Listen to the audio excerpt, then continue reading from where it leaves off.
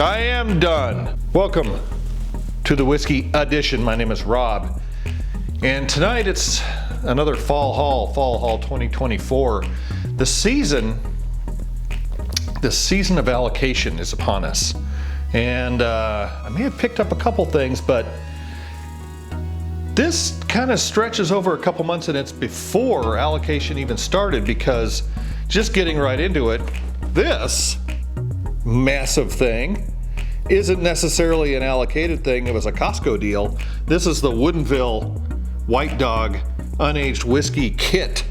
Make your own bourbon kit. So this is just or make your own whiskey kit. Micro barrel, accelerated aging, refill, reuse. So we'll do this on the other channel. We'll have something going on with it. I don't know. I can't even do an infinity bottle. What makes me think this is even going to work at all for me? But it was kind of interesting, and probably one of those things that every whiskey nerd should have in their inventory to try out. What we have started with this on the heels of last month's debacle of shopping is the local whiskey store having another blue label grain to glass Kentucky bourbon whiskey. That's the Heaven Hill. Oh, and they had the Uncle Nearest 777 blend. Man, maybe you'd like this. And some of these things are all in, keeping the relationship. Hey, we got a couple of these in. Maybe you'd like one. Fine. I'll give that a try. So I picked those up. Then I get a call from my friend down the street, or did I get a text? I don't know. Maybe I just went in there. Coy Hill, Jack Daniels, this year's 2024 Coy Hill. It is a lower proof one, 125.1, but I'm not going to complain because somebody said there were like 2 in all of the area, so I feel pretty lucky about getting that. Then there was my yearly or annual trip to Maui. I went back by a couple of the distilleries and beer places that I typically go to because that's what I'm used to doing. And I went to the Kupu. They have an Amaro, so I can make some fancy drinks with this. I already still have some of their white. They're not doing the White Dog anymore. They're only doing, I think, vodka, gin, their whiskey, and something else. So maybe they'll have a higher year one pretty soon, but with the Amaro, I thought, I'll try that. So we picked that up. And while I was there, I'm just going to show you, I got this bottle of BSB because that's gross and a buddy of mine up here really enjoys it. I went to the Waikululu Agave Spirit Distillery. I don't know if you can see that. Yeah, kind of. This was an interesting place. It's like they grow it right on the land and they bake it right in the oven they have. Then they put it in this smasher thing. Maybe I'll stick a picture up here of this thing that they use to smash the agave with, and they put it in there still, and then they make their agave spirit. They can't call it the T word because they're not in Mexico. Come back, and not a few days later, I had signed up to take my buddies and my friends out on a little bourbon hunt for the day. And I went by one of the local supermarkets. Well, it wasn't that local, across the way. And it's one of those things where you kind of want to record it as you go because the reaction is just going to be like, holy, you got to be kidding me, or, oh, well, thanks, whatever. And so we went into one of the chains, and on the shelf, was that it? No, that wasn't it. It was later. No, that was it. Yes, that was it. They had one of these, just one. So I took it, I bought it, one Weller 12 to add to the, hopefully it's a selection at this point. We're in collection area. Then we went to another place and it was a QFC, and I picked up another one of these. This is a 8-year Woodinville. So I guess if I keep this in the barrel for, of course it's accelerated, so it won't be quite like this, but this is a backup because the other one I had at the distillery was good. This one I can actually pop open, and because it's not a lower numbered one or whatever. And then we went to another chain supermarket, and we just asked the guy, that one was on the shelf, and there was another one on the shelf. And so the kid was right there. We're saying, you don't happen to have maybe anything else like this somewhere. And he said, I think so. Let me go back and look. You got to be nice. I don't have a relationship with these stores because they're outside of my area, but we were just being nice. And so we're being nice. And he comes back and he goes, well, we've got this. Well, okay, we'll take that. And I've got this. Yep. And luckily he had two, and my friend and I each got one. We didn't have to like go out into the parking lot and have a brawl over the CYPB. So I would call that a very successful pickup at that store.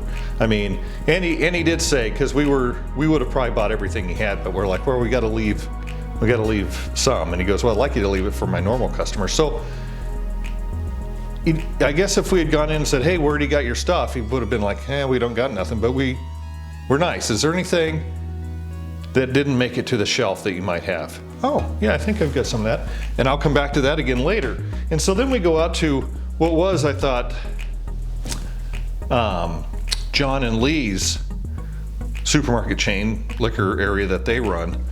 And Lee had moved to another store. So it's just John. But John had, because I said, well, did you get any of this? This is the Wild Turkey 70th anniversary Jimmy Russell. Now I'm gonna pop this open. I have one that I brought back from Florida, and they've hit up here a little more readily, so if it's that good, I can get yet another backup, and if I can't get this open, I'm gonna be like,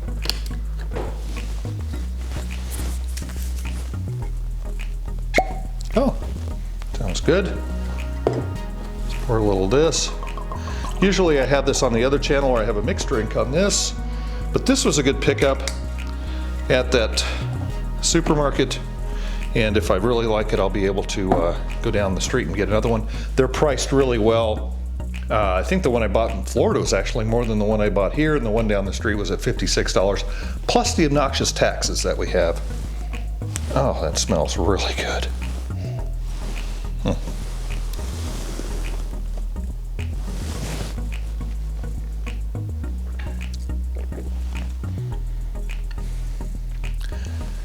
I believe it does what I've been hearing that it does, is it kind of, ooh, that's a cinnamon bomb. So you gotta like the cinnamon and the baking spice, because that hits a little late, and it's not too bad, and it is a lot smoother than what you would find on the regular 101. This is also 101, so it's just an 8-year 101. Huge amount of cinnamon, whatever it is.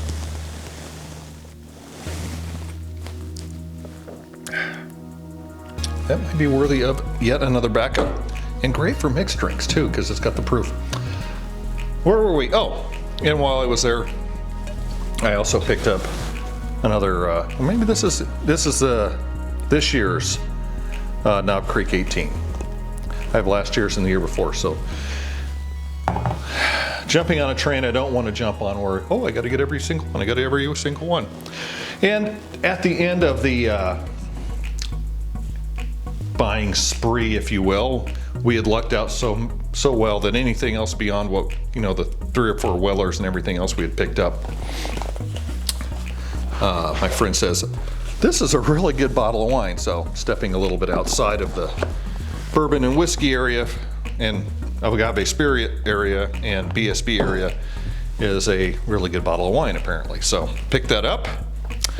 Then there was a little bit of a gap of a day of shopping, and when I went back to my regular liquor store down the street, and I said, when I was in here the other day and I picked up a 777 and the other thing and this and that, you said you might be getting something special, and he goes, I haven't even priced it yet, but let me go, what would you feel comfortable paying for this? I was like, well, I want to be out of the store for this much. And I've noticed on a lot of Bruzel's hunting videos that if he makes a kind of a negotiation, he kind of puts the question marks in. And this is kind of in the question mark category. I think it was a good value, what I paid for it, and it was just, it was a great value before the taxes. So I don't know where to put do you put the taxes on as it being great or before? So even after tax, it was probably a good value, and that is probably the only allocated bottle I will receive or be able to buy this whole year is this Old Forester birthday bourbon. Yep, a little squat bottle. And so he was nice enough to sell that to me. He said it would be going to a good home, and he's right. It's good to have one of those. I hope that's on Fred's list, because I will then open it for sure this year. Otherwise, I'll wait for a special occasion like, I don't know, maybe a birthday. What else? What else could there possibly be in this massive haul but not one, but two Stag 24Bs? Now some would say, well, these are allocated, but I guess so. So these two 24Bs came home with me because both places that I tend to frequent both got them in and said, hey, we got something for you. So you see, thank you very much.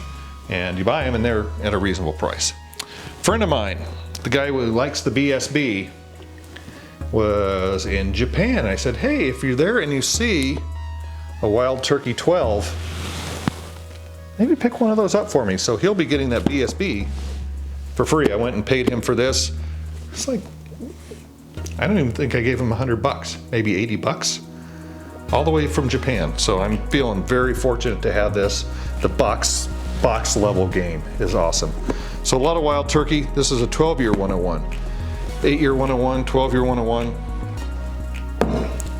Probably would have been good to compare, so we may have to do that. Probably won't ever find a backup of that, which is a minor detail. Unless it's really bad, then you don't need a backup. It's good, it's good. Then what did I do? Oh, I went on a trip. Where did I go? So I got back from Hawaii. I was here a week, went on this massive hunt with my friends. Then I went on a trip down to Austin. And I really tried to bring home some local Austin only, distillery only type things. The days we went to the distilleries are Sunday. We went on Sunday. You can have drinks. You can have tastings, drinks, blah, blah, blah. Can't buy a bottle on a Sunday. No liquor stores are closed, everything. So that didn't work out so well. But I did pick up a Booker's Master Distiller batch in a super fancy box. Out of the glare, there we go. Master Distiller box, because it was 50 plus less expensive there than here. So that worked out good. This is a Old Forester King Ranch Texas only release. Picked up one of these and one for some friends who I went on the hunt with. So they'll be happy with that. And then a guy here, a good buddy of mine, he turned me on to the J.T. Mellick Louisiana handcrafted rice whiskey. And it is pretty dark and it's good. So I had some at his house and they had this down in Austin. That's a no-brainer. Brought that back too. Where am I?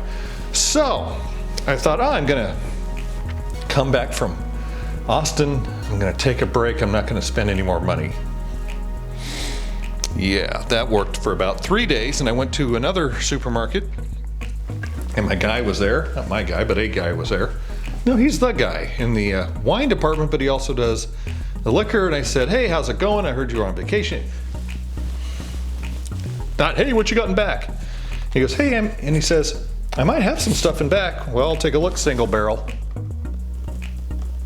E.H. Taylor. So, can't say no to that at $65. Weller Antique. Can't say no to that at $60. Stag 24B. Can't say no to that at, and he had others. So, always be nice and ask. And maybe they'll, oh yeah, I've got something in back you might like. What else did I have? Oh, I was out of town when Woodinville was having their, I think they call it a seasonal fall release, harvest release. And they had this Founders Find release. It's a 12-year, I think it's MGP. Fred Minnick was at the distillery, was signing bottles. This one isn't signed. I ordered this one, and I've heard good things, and I've heard so I had ordered it just so I would have it to kind of match up with a couple of the others I wanted to try. What else? Oh, where did I get that? Oh, I know why. I went by the Total Wine, because we actually have a Total Wine. Not close, but I went in and I was looking around, didn't really see anything, and I peeked down at the Jack Daniels area, and there was one single barrel proof, 130.4 proof, just sitting there all by itself. These have just hit the Pacific Northwest up here in the more northern areas, and so 50 some bucks plus tax. Can't really say no to that. To have, I don't think I actually even have one of those, so that worked out good. Then what? I was on my way to a bourbon tasting event at some friend's house. The friend who got me turned on to the Mellick. And do you have anything that maybe didn't make it to the shelf? And she goes, well, what were you thinking? I go, well, I've heard, Taylor's hit, some maybe Martilia's hit, Weller. And she goes, I may have some of that in the back. She had 3, so now I've got 2 more. Make great gifts. So I got that going for me, which is nice. Went down to the bourbon tasting. My friend and his wife were going to go on a trip up. They're going to go up north and pick up a Master's Keep from a store where they can get it pretty close to retail, because retail before taxes is like $250 or something, $220. It's a lot. And I said, well, if they have 2, I'm good for it. They had 2. I was good for it. These are my friends who had the motorcycle accident and he lost a finger. So this one has a special meaning for them, so I'm really appreciative of them picking this up for me. All right, I said I was done. Well, I wasn't done. So between this Costco run and this Costco run, Maker's Mark Lost Recipe Series and C924, I haven't bought any of these this year. I was kind of holding off, waiting for the list to come out of the top 100 so I could see which ones I wanted to populate it with. And this has got an extra long goober on it, so I picked these up. They were a lot less than I would find at my normal store, so now I'm done. Kind of done. Back to the local supermarket and said, hey, blah, blah, blah. He goes, well, I may have some more in back. And he comes out, and when you pass on a Weller Special Reserve, you're maybe being a little picky or something, I don't know. But he had several Blantons in the box. And I said, I'm good. And then I remembered my parents' friends want one for their son. And I said, I'll pick that up for him. May not be this specific one, but then he'll have one to give to his son-in-law for Christmas. And that's the kind of season we're in. How many of these are gifts? 2. How many are gifts to me? 28 or 29, not including the wine. But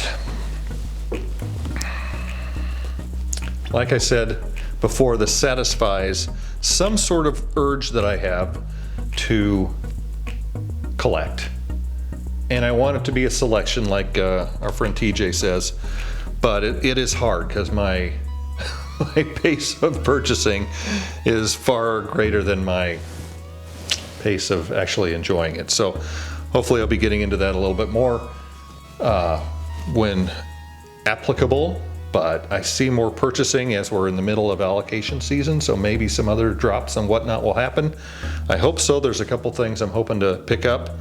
Some have been complete surprises, like the birthday bourbon. I always say pour an extra glass because you never know who's going to stop by. I'm going to need a few more glasses. This thing, if you didn't notice, it comes with glasses. So you have to use these glasses. There's 2 of them in there. Bring a friend to try your home-aged Woodinville whiskey. And I think I've got some other White Dog I can put in there too. I've also got some White Dog, and I've got those sticks that I could try some things out. So anyway, that's for a whole nother video on the other channel someday. Like, share, subscribe, and we'll see you again on the Whiskey Addition. Thanks for bearing with me this long. I'm an idiot. Jeez, this is out of control.